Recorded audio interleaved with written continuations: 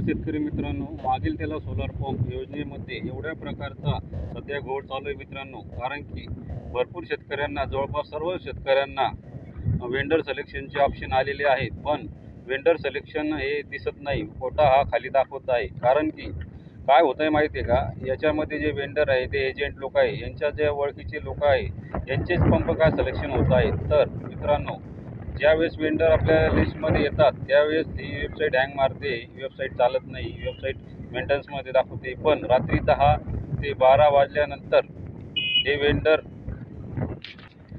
हे वेंडर लिस्टमध्ये ओपन होतात आणि 10 ते 12 नंतर आता भरपूर शेतकऱ्यांना हे माहीत नाही की प्रोसेस कशी आहे, प्रोसेससुद्धा माहीत नाही का आपला फॉर्म हा सिलेक्ट झाला आहे की झाला आहे. खाली अप्रूव्हल दाखवत आहे पण वेंडर दाखवत नाही.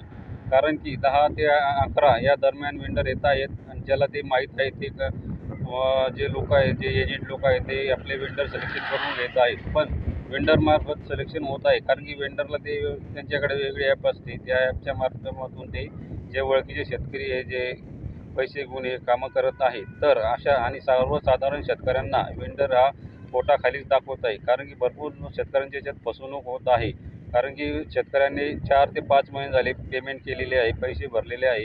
त्याच्या अगोदर 1 वर्षापूर्वी फॉर्म भरलेले होते, 6 महिने झाले पैसे भरलेले आहे, तरी पण शेतकऱ्यांना वेंडर मिळत नाही आहे. तर काळजी करायची गरज नाही, कारण की मागच्या हप्त्यामध्ये शक्ती सोलार पंप आला होता, सिद्धी सोलार पंप आला होता, पण हे दोन्ही पंप जे आलेले होते हे शेतकऱ्यांपर्यंत पोहोचलेच नाही. जे शेतकऱ्यांना माहीतच नाही की वेंडर ज्यावेळेस येतात त्यावेळेस आपली वेबसाईट ही हँग मारते आणि नाईलाजाने तो वेंडर आपल्याला सोडावा लागतो.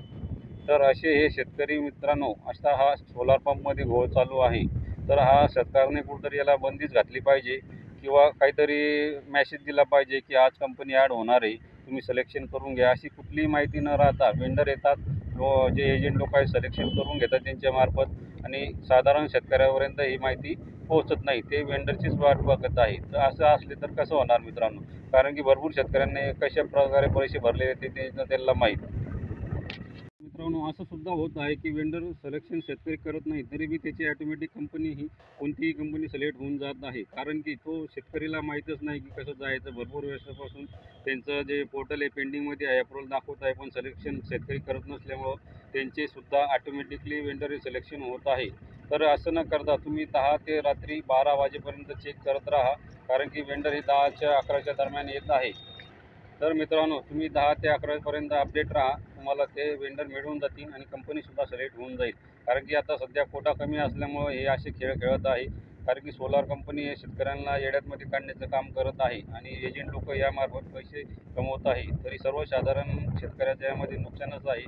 तरी मित्रांनो, वेंडर सिलेक्शन आपल्याला अप्रूव्हल आला आहे की नाही, एकदा पोर्टलवरती जाऊन नक्की बघा तुमचा अप्रूव्हल आला आहे की नाही. अप्रूव्हल जर तुमचे फॉर्म झालेले असेल तर तुम्हाला वेंडर मिळेल, पण वेंडरसाठी तुम्हाला वारंवार वेबसाईट चेक करावं लागणार आहे. आणि काल परवा शेतकी कंपनी आली होती आणि एका शेतकऱ्याला शेतकी कंपनी दिसली, पण तो सिलेक्शन करायला गेला तर मेंटेनन्समध्ये साईट चालली गेली.